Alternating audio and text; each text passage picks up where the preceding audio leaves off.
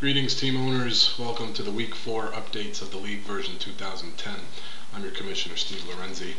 This week was a very interesting week. We had a lot of close matchups, a lot of exciting games, so let's get right to it.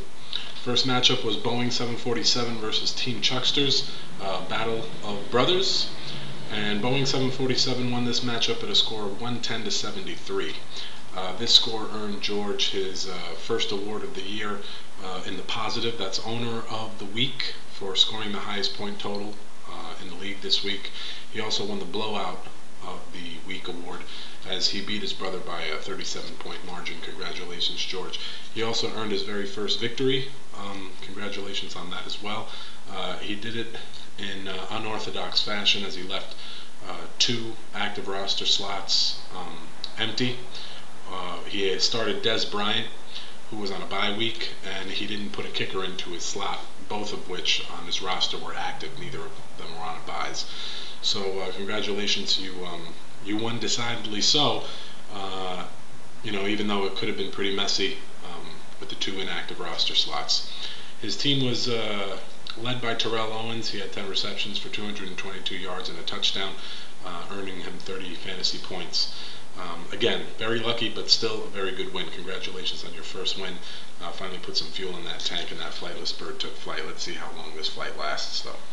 On the other side of the coin, his brother Charlie, Aaron Rodgers, led the way, even with 2 interceptions, had 17 fantasy points.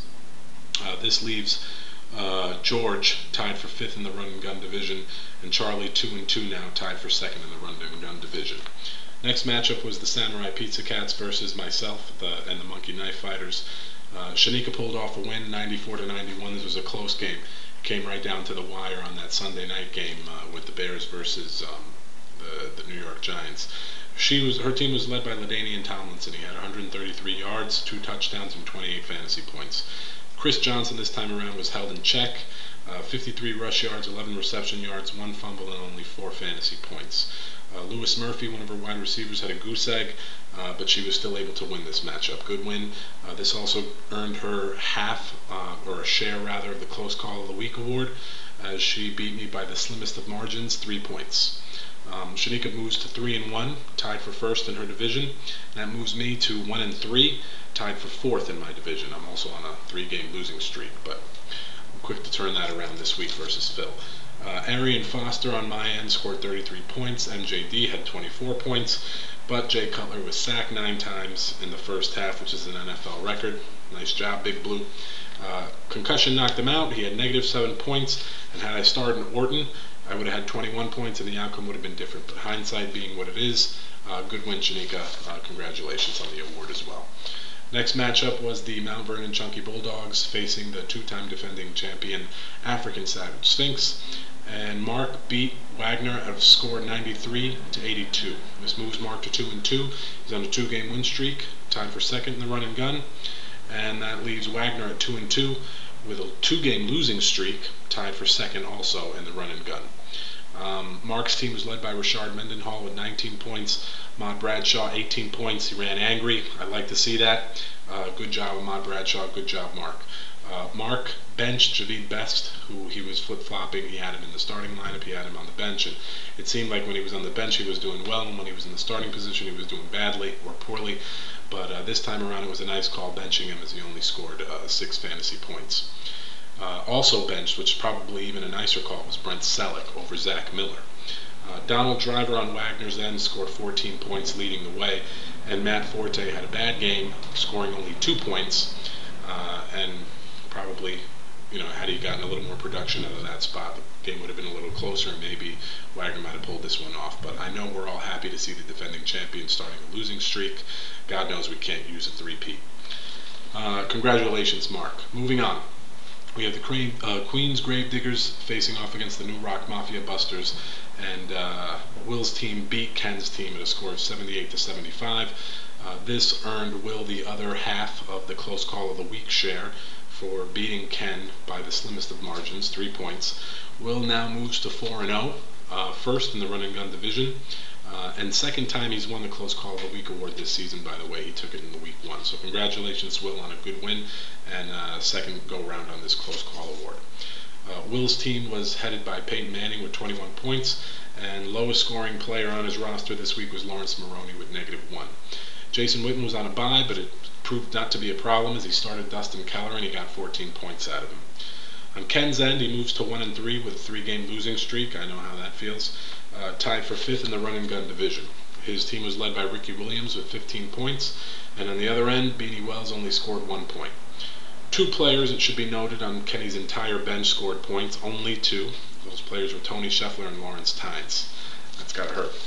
Congratulations, Will, on the award. Congratulations on remaining undefeated, and congratulations on another good win.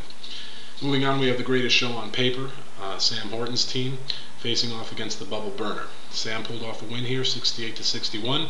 Sam is also on a 3-game win streak, moves to 3-1 and tied for first in the Smash Mouth division.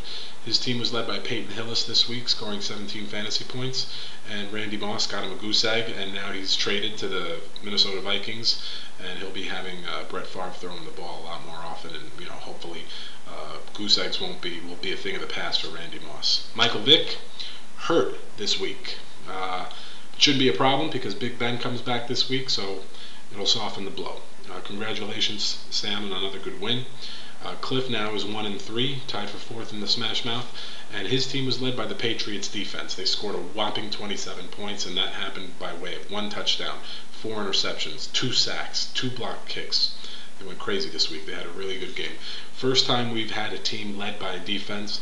Highest point total I think we've had a defense score so far this year, and quite frankly, probably going to be the highest point total that a defense scores all season long. I'd be really surprised if this happens again, but whatever, good win. Or good point total. Sorry, you lost.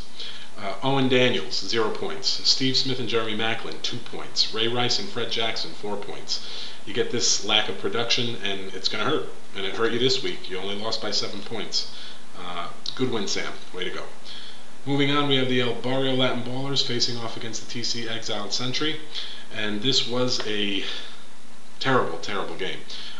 However, Josh pulled out a win, and it was good on his end, 56-45. Josh moves to 3-1 with a 3-game win streak, and he's tied for first in that Smash Mouth division. His team was led by Joseph Adai, 19 points. And in lieu of Santana Moss's goose egg, he still pulled off a win. Granted, it was against the GOAT of the week for the 3rd week straight, Phil. He moves to 1-3, tied for 4th in the Smash Mouth. His team was led by Braylon Edwards, 14 points. And Dan Carpenter held the bottom of the totem pole with 0 points. 7 slots on Phil's active roster scored single digits or 0 this week. That kind of production is counterintuitive to a winning season. On the bench, we have Ryan Fitzpatrick with 20 points. Maybe the outcome would have been different if he had started in lieu of Eli Manning. In any event, 45 points. It's not going to cut it. 3 weeks straight Go to the Week award. Congratulations, Phil, on that dubious honor, and congratulations, Josh, on a very good win. So wrapping up, we have the Owner of the Week award going to George.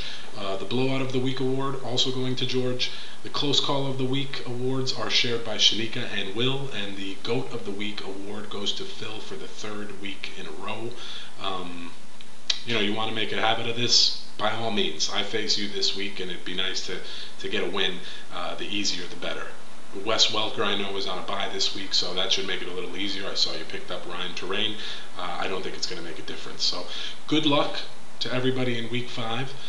Congratulations to all the Week 4 winners. My condolences to all the Week 4 losers, myself included. But I'm going to right the ship. I'm sure you guys will do the same thing.